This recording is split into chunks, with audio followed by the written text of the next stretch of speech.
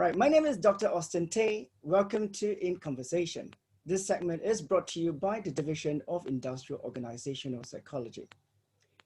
We are very delighted today to have a guest who is a psychologist, an author, an entrepreneur. Now, he has authored and co-authored about 10 books and have published over 150 scientific articles in peer-reviewed journals. He has recently published a new book titled, Why Do So Many Incompetent Men Become Leaders? Now, he has also recently launched a YouTube series called The Lockdown, where he talks to his guests about life in the lockdown situation. Now, today, we are very delighted to have Dr. Tomas Chamorro-Premuzic with us. Hi, Thomas. How are you? Good. Hi, Austin. Thank you for having me.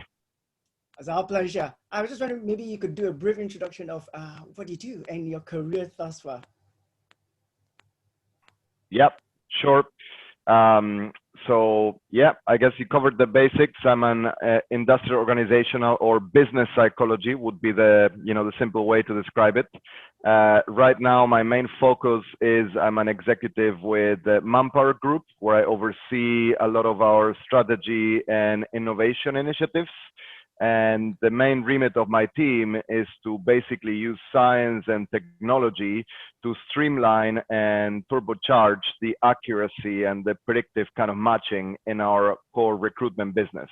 So imagine we touch about 4 or 5 million people a year that we actually interview to decide where we place them in jobs around the world. The idea is to bring as much science, including traditional IO assessments, although, in its kind of modern way, and artificial intelligence and analytics to make that as seamless and predictive as possible. And as a kind of a now very side activity, I also teach a couple of courses, one at UCL, University College London in the UK, where I started the business psychology program 10 years ago, more or less, and another talent management program at Columbia University in New York. And in between, I try to write and speak about organizational psychology to the wider world, mostly to evangelize and educate our audience and our market as to what science can do to improve people's experience with work wherever they are. Yes, I mean, you're one of a kind. I mean, I see you writing a lot of HBR. You are always on Tech Talks and also the books. And you were saying you're teaching UCL. I know UCL very well. I did my PhD 2 years ago, well, a couple of years ago, with the University of Birkbeck next door to UCL. So I walk past UCL a lot. So I know it would have been great to have seen you there. But of course, I know you weren't there teaching. But it's great to know that you are doing a lot of things to promote IO psychology, and especially in this part of the world, IO psychology is relatively new. People know about us, but they don't really know what we do. And we always get questions from them. What exactly do you do? Are you a clinical? Are you a counseling psychologist? Because of that kind of overlap of things that we do with other forms of psychology. Which is kind of interesting. But then with you here today, I'm sure you're going to be able to answer certain questions that I have in store for you. Now, you have described your role in Manpower, which is fantastic, and you're using that to use kind of evidence-based and scientific methodology to help in the recruitment side. Now, recently, a couple of years ago, there's always this thing about analytics. People are talking about it. I mean, I read your book 2016, your talent delusion. You did mention a little bit about analytics. This is still buzzword, and not many people know what it means. But people like to use it because it's fanciful. It's a word that the business community is using. But I think a lot of people don't really understand what it is. I was just wondering whether you could actually tell us what people analytics is, your definition of it. Yeah, and I think it does mean slightly different things to different people. But the points that I would highlight to try to answer your question is, are that I think Ben Waber, the guy from MIT who wrote the book People Analytics, claims he invented the term. At least, that's the first known volume published with that term, certainly in the title. And in his case, he came from the MIT Media Lab and was working with Sandy Pentland, and they were doing a lot of internal mapping using sensors within organizations of the social networks that actually account for the informal and often invisible relationships between people. So they called people analytics this kind of attempt to bring data to map relationships and very much the context of how people work in an organization. Then I think around the same time, Google and the likes in Silicon Valley kind of rebranded HR as people analytics. And it was a cool, Silicon Valley or tech way to refer to HR, which suddenly, helped HR a lot because it got a lot of positive spin and marketing. And, it was a very sexy way to rebrand HR. And then I think, the field got a little bit more impetus and it got better organized. And I think, I would say that at its best, it really represents an attempt to make organizations more data-centric and data-driven and leverage, what is now broadly called data science, which is an understanding of the indicators that can help you make evidence-based decisions in an organization, right? And at its worst, really, it's still pretty harmless, but it's kind of like the new way to describe our profession, There's certainly a sense where, in a way, science and the science of organizational psychology is, I think, more robust and explanatory than just big data or analytics, because science is always data plus theory. And, even when I published The Talent Illusion 3 years ago or so, the subtitle ended up being Why Data, Not Intuition, is Key to Unlocking Human Potential. I wanted to call it Why Science rather than data, because data alone, data is just symbols. But the publisher said, oh, everyone is talking about data, science is too complex. But let's not forget that, science uses data, rigorous, well-obtained, structured, standardized data from replicable circumstances, and it includes a theory to interpret that. So, with all that being said, I think, the best way that I kind of interpret, or my best or most helpful, at least to myself, interpretation of people analytics, it's, I think, a framework that helps us translate data into meaningful insights. And by that, I focus very much on the models, because the data alone, doesn't, everything is data. And if you don't have a model, a framework, or expertise or know-how, data is worthless. And I think where we are today is that most of the differentiation doesn't happen around how good your data scientists are, because whether you call it machine learning or AI or, neural networks or whatever models you're using, it is mostly glorified regression analysis and is the kind of turbocharged version of that. The differentiation is in how good your data are and whether you actually act on those insights or not. Yeah, and I think it is very interesting you say that, because a lot of people, HR personnel, they are always very disillusioned when they talk about data, and they want to have the latest shiny tool that they could use to analyze it. And when I get information like that, or when I been asked, I say, well, you've always been collecting data throughout the organization. It's how you have actually differentiate them, what data is useful for you to make those scientific and informed decisions. And you don't need a fanciful new tool or a consultancy to come and do it for you. You just need to know what are the data that you have, and then how can they actually help you in terms of making those informed decisions, the right recruitment, and helping the organization to grow. And I think it's the same thing as what we learned in the university. Garbage in, garbage out. Once the garbage is not out, you get different data, and that's why people panic a little bit. And organization psychologists or business psychologists like ourselves is where we offer the kind of advice and let people know, actually, it is not that difficult to understand. It's a matter of what is the purpose of those data, why are we using it, and how are we collecting it. And I think coming back a little bit, perhaps if I could deviate about, you're talking about it in Manpower, where you're using data to do recruitment. I have part experience working in a recruitment firm one of the things I've always tried to explain to the recruiters is to actually be very informed. Whatever information you have, it has to be evidence-based. You cannot base on gut feeling, or maybe this is the best client, best candidate. Therefore, I'm going to push it to them. So when the client comes to me and said, "Oh, could we do an assessment of the best 3 or 4, and then give us a definitive answer that which one is the best?" And I said, that's not how it works. You have to choose the person that fit the role, and then whether there's a capacity within an organization to develop the person. Because that is also one thing about your book, talking about war on talent, right? We need to be looking at the right talent, giving them the space to develop and train them. And they could be actually an asset to the organization, rather than just taking everybody in, but then you are going to be kind of pushing them out again because they don't fulfill the job. They are not competent enough. So I think that is actually very important for people to understand when they use data, isn't it? Yeah, exactly. And Or I what think, your thoughts?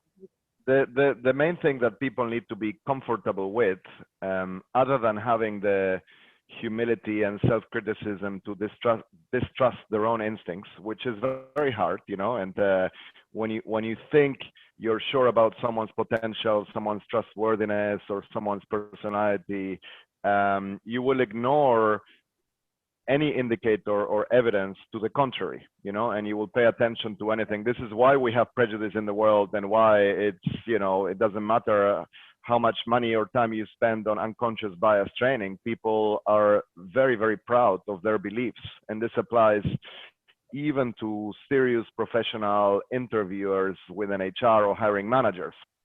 Having said that, I think people need to also be comfortable with the fact that this isn't rocket science. You're never going to get it right all the time.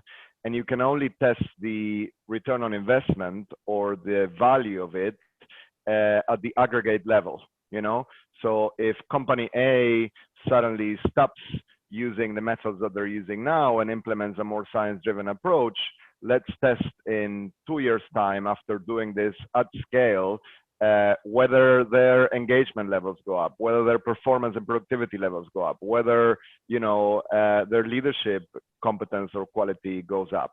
But you have to be comfortable with the mistakes, the individual mistakes. This is about probability, and it's about general kind of improvements to the population. And I think you're never going to eliminate human subjectivity completely. It's a little bit like, if I were a relationship matchmaker and I told you this is the perfect partner for you, trust me, and I have all their data and all their information, all their background, I still need you to believe me. Because if you don't, no matter how good my screening process is, you won't be convinced, and you have to judge that partner later on and decide whether you are a good fit or not.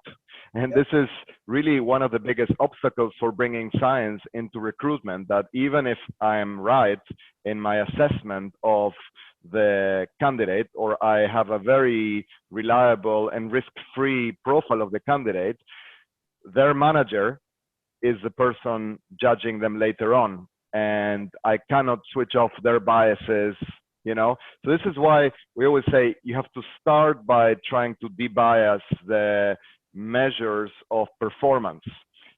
Because whether you use traditional assessment or AI, if at the end of the day you are really predicting whether someone is going to be popular with their boss in an organization, then, don't ask me to hire the most talented employee or the most talented candidate. I'm going to give you probably someone with enough talent to do the job okay and not be found out, but they're also going to be an extremely smart and political savvy operator with the ability to suck up to their boss and manage up. And that can be done, but if we do this systematically, then that company becomes a political organization, not a productive meritocracy. No, definitely not. With that in mind, I'm just wondering, now that we talk about data, we talk about having the unbiased way of recruiting, what does it mean for HR? Now that they have another level of responsibility, understanding data analytics, what should they be preparing themselves to tackle this new area? Yep. Well, HR is a very young discipline, I think it really starts maybe at most about 100+ years ago with, the now not so reputable scientific management, as I'm sure you know, Friedrich Taylor trying to basically turn organizations into an experimental laboratory for applied psychology. I mean, but it's also important to acknowledge that in its beginnings, HR was very scientific. People were trying to see, how many breaks employees need, whether they should sit closer to the light, further away from each other. It was really people analytics 1.0. Then HR became much more focused on regulations and laws to protect employees' rights, which is great, because in the 1940s onwards, we cared a lot about whether people, could do their work and whether health and safety was there and whether, laws and regulations actually ensured a humane treatment of employees. And then I think in the 1990s or so, HR enters this philosophical age or spiritual age, which is really organizational or social psychology, where we try to apply theories on talent, leadership, potential, etc., and rigorous, 6 or 7 decades of psychological research to actually understanding people at work and ensuring that they thrive.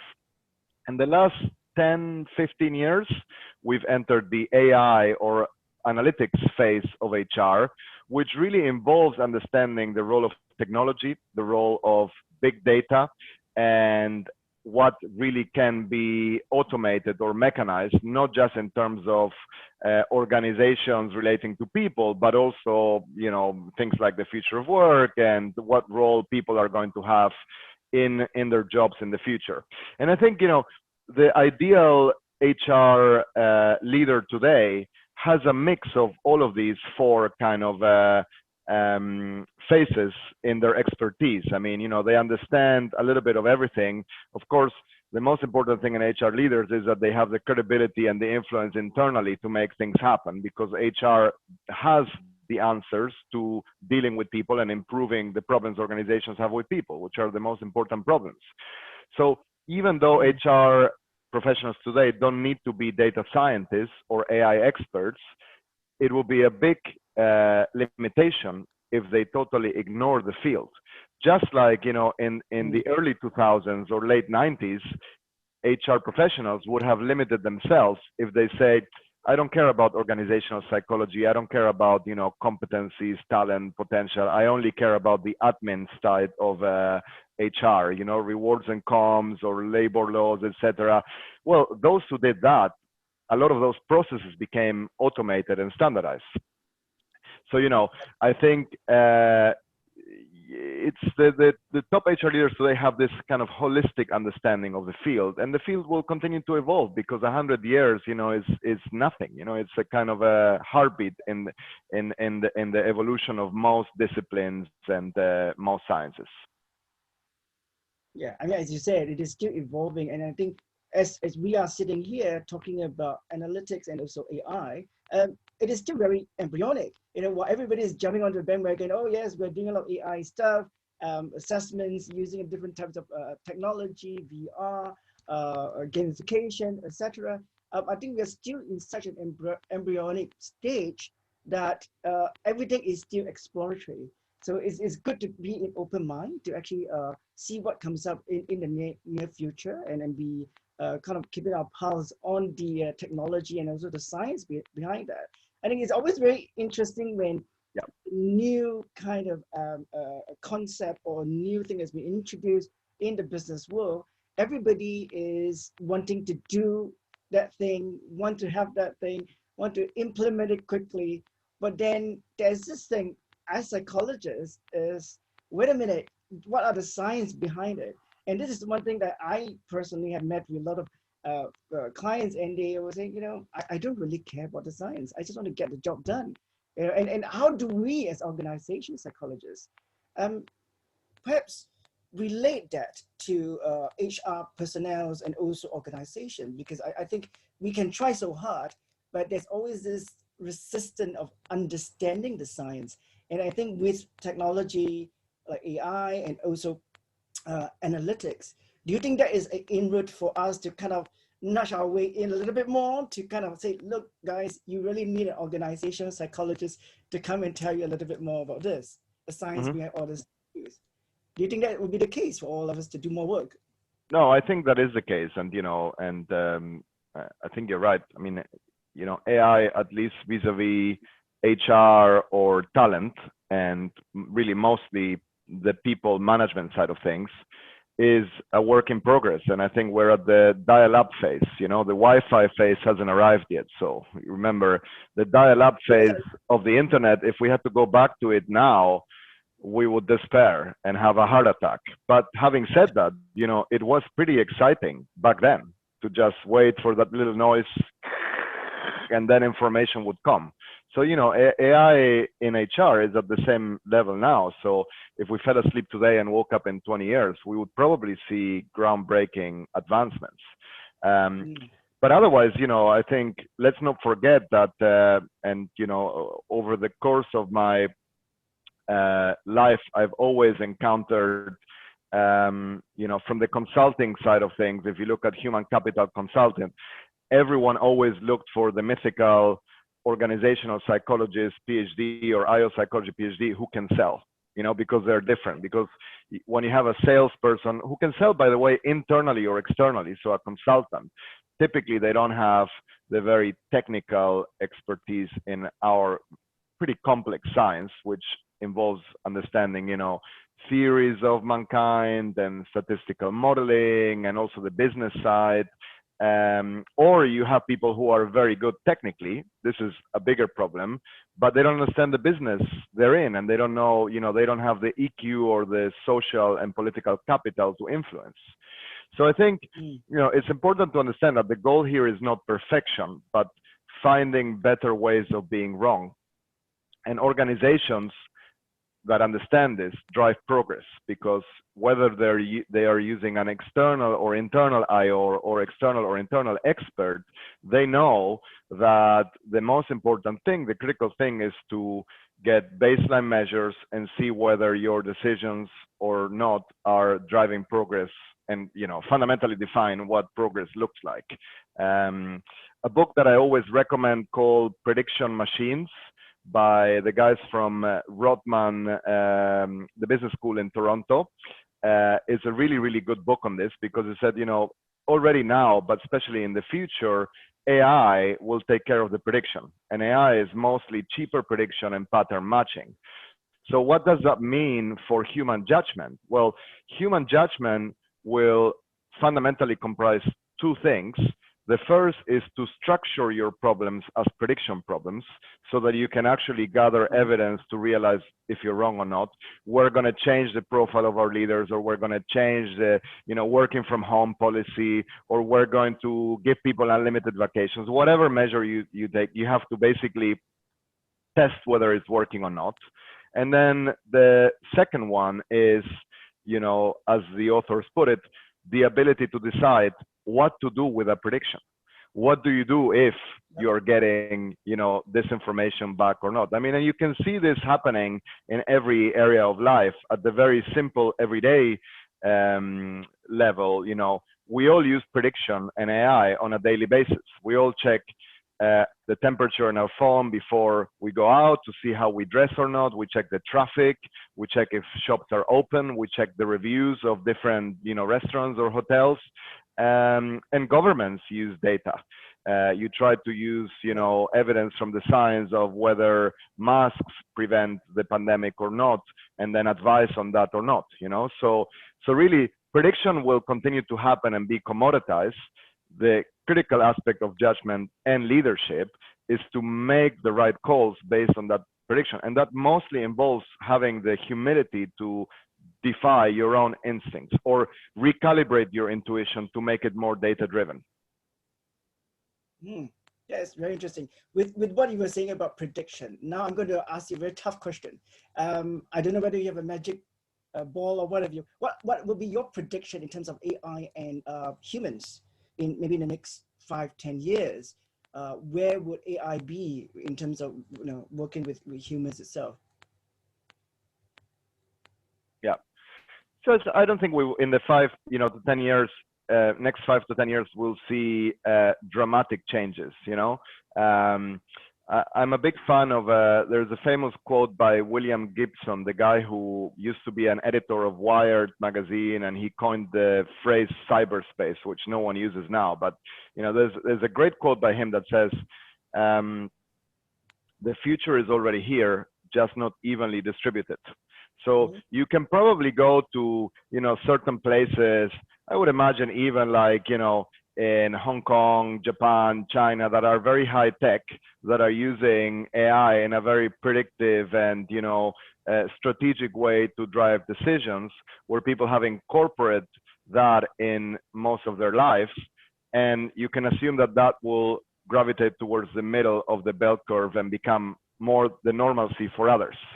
Now, if the question is, will those places be using self-driving cars or autonomous vehicles, or will robots coexist with them in the workplace, or will humans become a useless class, as Yuval Harari says in Homo Deus? I don't know. I think 5 or 10 years is too soon for that. And so far, what we have mostly seen is that we are in the phase, just entering the phase, where AI is beginning to enhance or augment human performance. So I think it is pretty much a factual statement to say that in any area of competence, humans working with AI, with data, and with machines are going to produce something better than humans without AI, or even AI without humans. Let's take a simple area of HR, which is recruitment. I don't think a company today or in the next 5 or 10 years would completely dehumanize or de-intermediate and eliminate humans from the process of selecting a CEO, or an executive. Even if they're using more and more data, they will probably still have experts analyzing that data. Let's face it, today, if I spend a week looking at somebody's information on YouTube, LinkedIn, and reading about them, I would outperform most AI algorithms if it was just about selecting one person, So I think no systematic changes. Peter Thiel famously said we were promised self-driving cars. Instead, we got 140 characters, So AI is mostly seen in Twitter and TikTok and social media, as opposed to these revolutionary changes.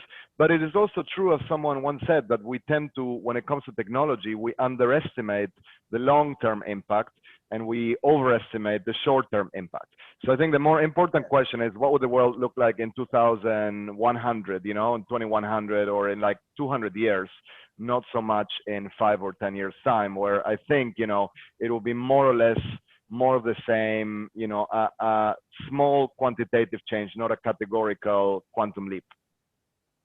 All right. So we have to be anticipating for much longer before we see things that we actually been entertained by Hollywood, all the fantastic AI stuff that they've been exactly. showing. And they also say you should make predictions only in 50 or 100 years time, so that you're not alive to see whether you were wrong, and people forget about them and they're not there to test them.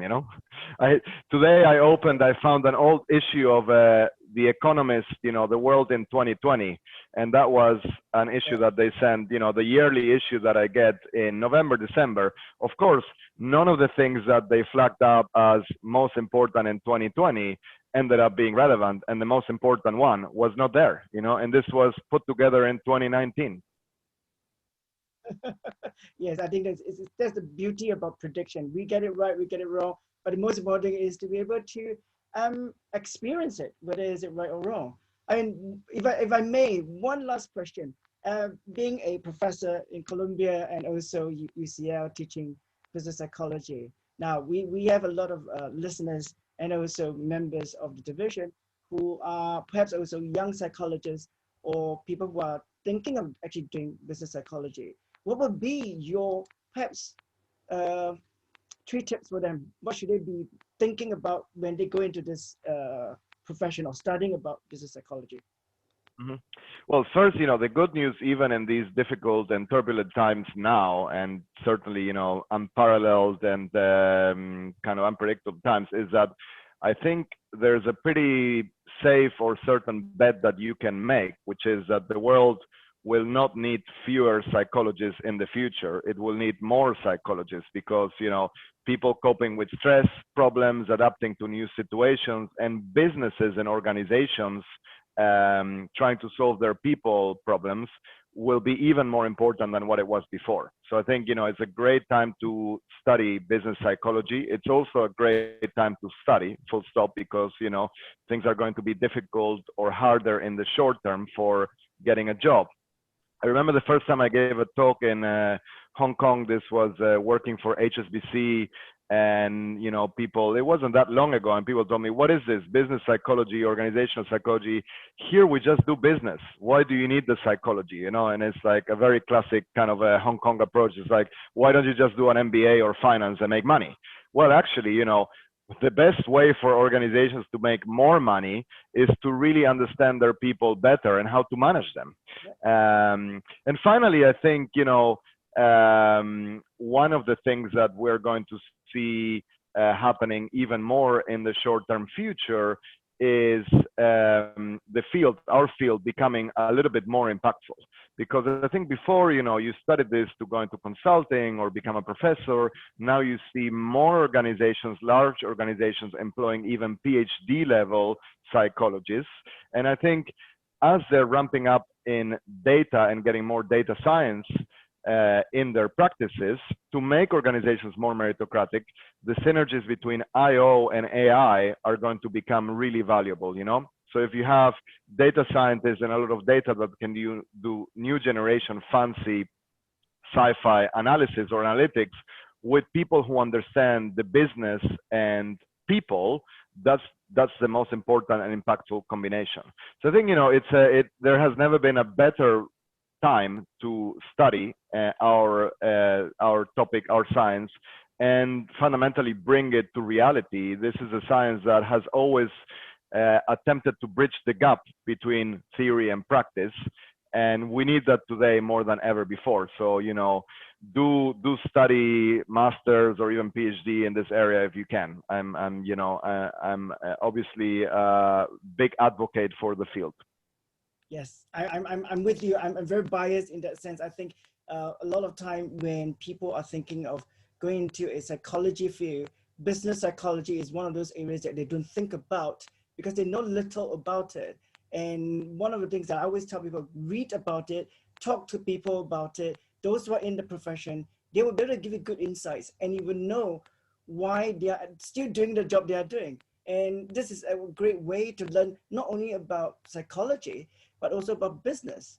And that is actually kind of give us a very broadened perspective of how the world actually works. And one of the advice I always like to give people is, don't be just kind of very pigeonholed by only what you learn in the university. Read extensively, talk to people, and read anything under the sun, business writings or whatever business magazines, and be on par with what's happening in the industry too, what is actually evolving. So when you are in front of a client or you are going to meet a prospective employer, you can share those insights. And this is where we are different as an organization or business psychologists.